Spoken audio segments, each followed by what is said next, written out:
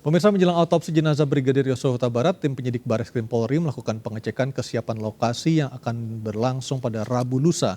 Selain penyidik Bareskrim Polri, kuasa hukum keluarga Brigadir Yosua Huta Barat juga mengecek langsung lokasi pemakaman yang dijaga ketat oleh keluarga tersebut.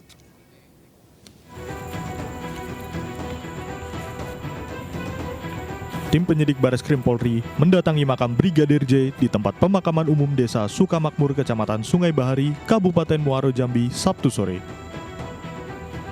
Selain tim penyidik, kuasa hukum keluarga Brigadir J, Kamarudin Simanjuntak juga mendatangi lokasi pemakaman. Penyidik Bareskrim Polri juga langsung mendatangi Rumah Sakit Sungai Bahar untuk mengecek kesiapan rumah sakit yang disiapkan untuk otopsi. Kuasa hukum keluarga Brigadir J, Kamarudin Simanjuntak menyebut, dari hasil peninjauan lokasi makam tidak memungkinkan untuk otopsi jenazah Brigadir J di lokasi pemakaman hari Rabu mendatang. Ia berharap otopsi ulang akan menemukan titik terang dugaan berencana terhadap Brigadir J. Tim kuasa hukum mengaku menemukan jejak elektronik berupa ancaman sebanyak 2 kali sebelum Brigadir J tewas. Ia menyayangkan proses prarekonstruksi Polri tidak melibatkan pihak kuasa hukum. Proses otopsi Brigadir J akan melibatkan 10 anggota tim dokter forensik. Saya sudah mengidentifikasi, tapi karena ini kan ranah penyidikan tentu tidak saya sampaikan kepada jenderal polisi gitu loh yang ikut menyidik kita. Itu juga saya meminta supaya dilakukan prarekonstruksi, tetapi ada yang saya sayangkan karena kami tidak dilibatkan. Saya kan bentuk tim banyak ya, ada tim yang resmi, ada yang tim di luar, undercover gitu ya. Seharusnya kami dilibatkan, walaupun saya di Jambi, harusnya dilibatkan dalam prarekonstruksi itu. Ini memenuhi syarat untuk dilakukan seperti pada ruangan yang layak untuk dilaksanakan yang lain. Berapa petugas nanti tim forensiknya? Ada 10 orang. Dipastikan area apa nih? Mungkin informasi dari selama tiga Rabu melaksanakan jangan. Pasca melakukan pemeriksaan makam dan lokasi otopsi, penyidik Bareskrim Polri juga mendatangi rumah orang tua Brigadir J untuk menyampaikan ucapan duka cita dan memberikan informasi jadwal otopsi ulang jenazah Brigadir J. Menjelang otopsi ulang, areal makam Brigadir J dijaga ketat pihak keluarga dan organisasi pemuda Batak. Polda Jambi juga melakukan sejumlah persiapan dan pengamanan. Dari Muaro Jambi, Adrianus Susandra melaporkan. Dan melengkapi dialog kita malam ini sudah bergabung sama kami Sugeng Teguh Santosa, Ketua Indonesia Police Watch. Selamat malam, Mas Sugeng. Oke, baik. Masih ada gangguan komunikasi antara kami dengan Mas Sugeng dari IPW. Saya ke Mas Taufan lagi. Mas Taufan, salah satu kritikan yang dalam kasus ini adalah tidak langsung dipasangnya garis polisi atau polis lain di rumah Irjen Verdi Sambo sesaat setelah kejadian. Bagaimana Komnas HAM melihat hal ini? Kalau soal itu kita belum menemukan, punya informasi. Jadi saya nggak bisa berpendapat belum bisa berpendapat soal itu. Oke, baik. Kalau tadi dari pertemuan dengan tim Dokes dari Forensik Polri dan juga Komnas HAM, kira-kira ada berapa hal kalau kita melihat secara persentase yang sudah dimiliki bahan-bahan sebagai bahan pertimbangan nanti Komnas HAM dalam membuat sebuah kesimpulan, Mas Taufan?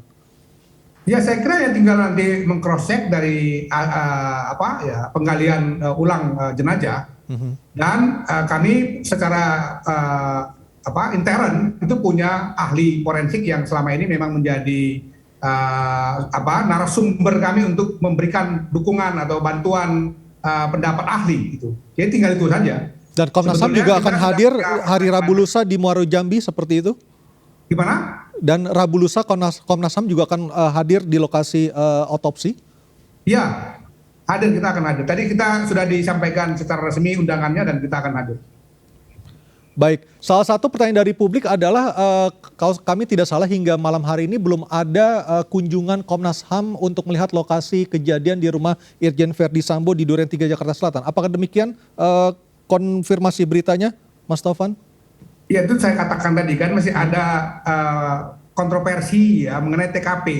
Jadi kalau masih ada kontroversi, kami tidak akan datang kepada satu TKP yang sudah dikatakan itu. Kan belum tentu di situ.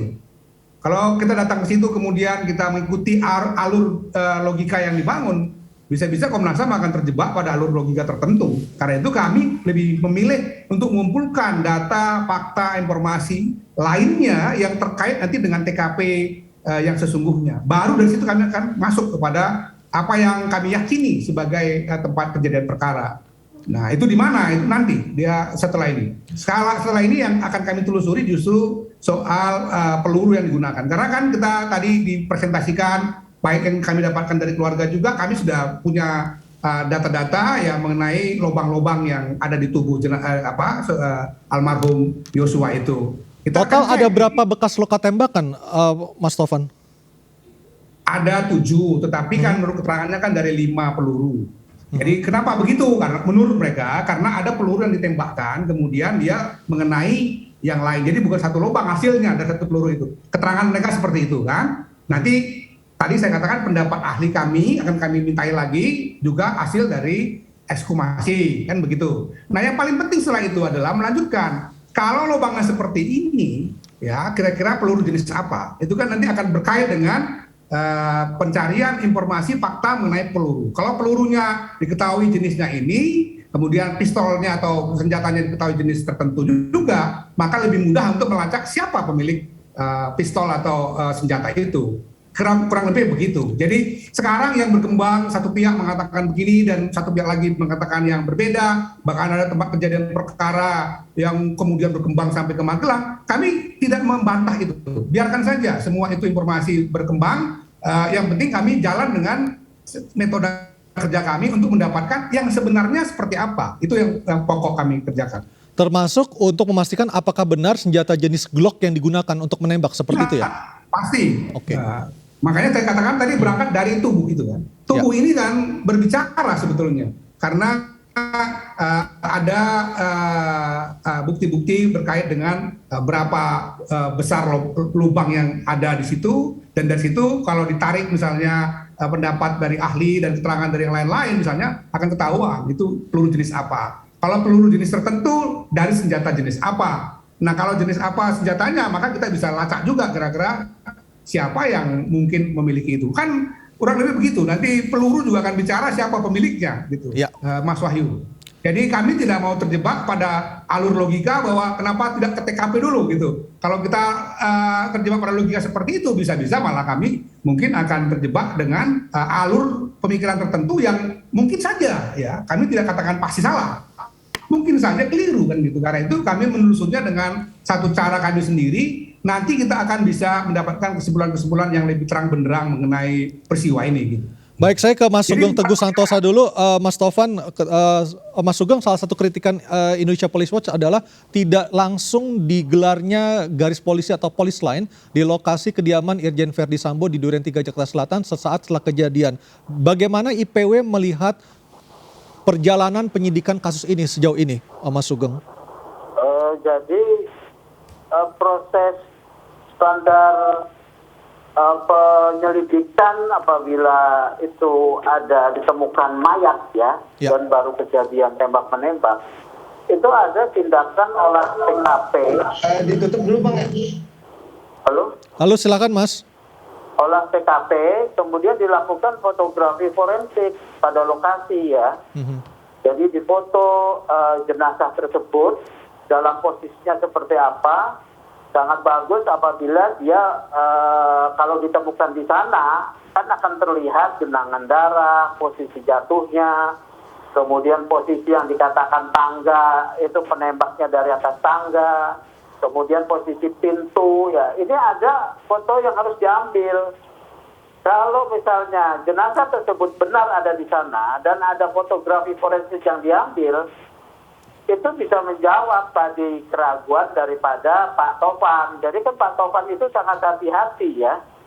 Benar nggak TKP itu di rumahnya, rumah singgah Pak Verdi Sambo, di rumah dinas ya. Karena saya duga tidak ada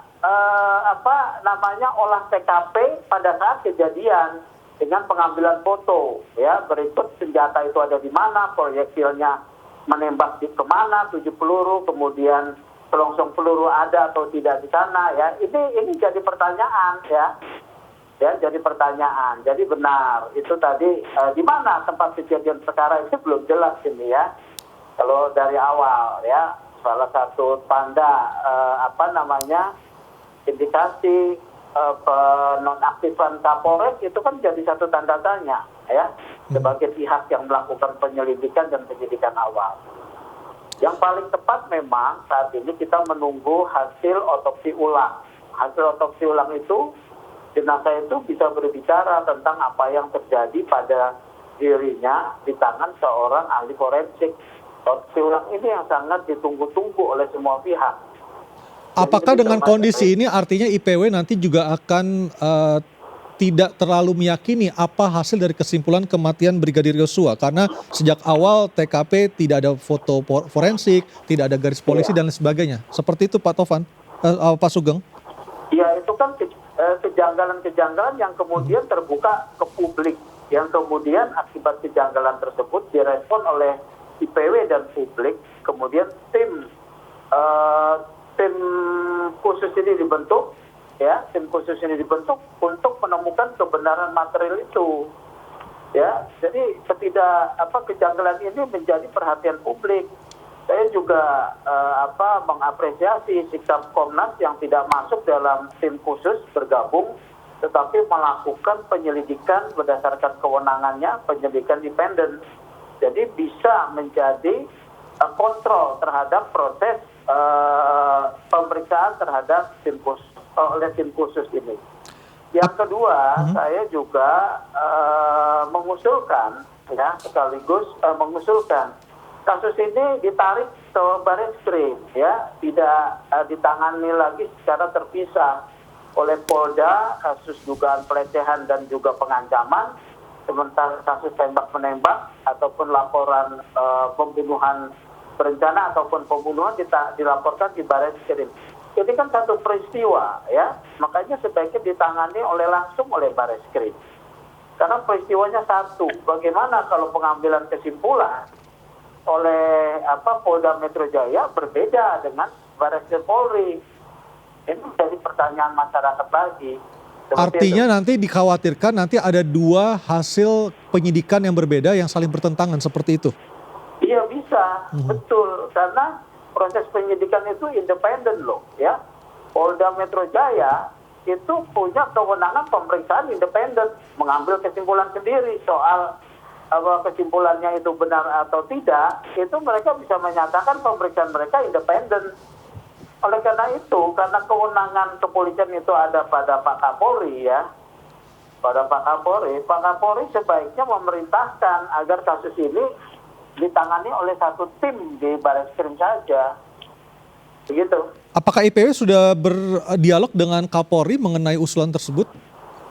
IPW kan menyampaikan di dalam rilisnya bahwa ataupun dalam pernyataan IPW ini harus diperiksa oleh satu pihak saja, Barreskrim, gitu. Supaya tidak ada bias pemeriksaan. Baik. Salah satu yang menjadi pertanyaan itu prarekonstruksi yang sudah dilakukan, ya. Prarekonstruksi ini untuk Halo Mas Sugeng. Ya, kami mengalami gangguan komunikasi dengan Sugeng Teguh Santosa, Ketua Indonesia Police Watch. Saya ke Bang Nelson dulu. Bang Nelson, dengan melihat adanya dua kasus yang berbeda yang ditangani tadi seperti yang disebutkan oleh Mas Sugeng, bagaimana dari keluarga ataupun tim pengacara melihat hal ini? Tetap kita senantiasa menunggu banyak berseliweran keterangan-keterangan yang belum bisa kita prediksi menjadi satu acuan. Oleh karenanya, kita memiliki kesempatan mencari alat bukti, mencari dokumen-dokumen lain, dan tentunya pada waktunya Rabu nanti inilah dengan bedah mayat, autopsi, dan goodwill daripada saintis, daripada ahli forensik kedokteran yang menilai apa-apa saja yang terjadi di sini. Kalau sampai saat ini jauh-jauh hari kita sudah memberikan bukti, dokumen, foto, WhatsApp dan sebagainya.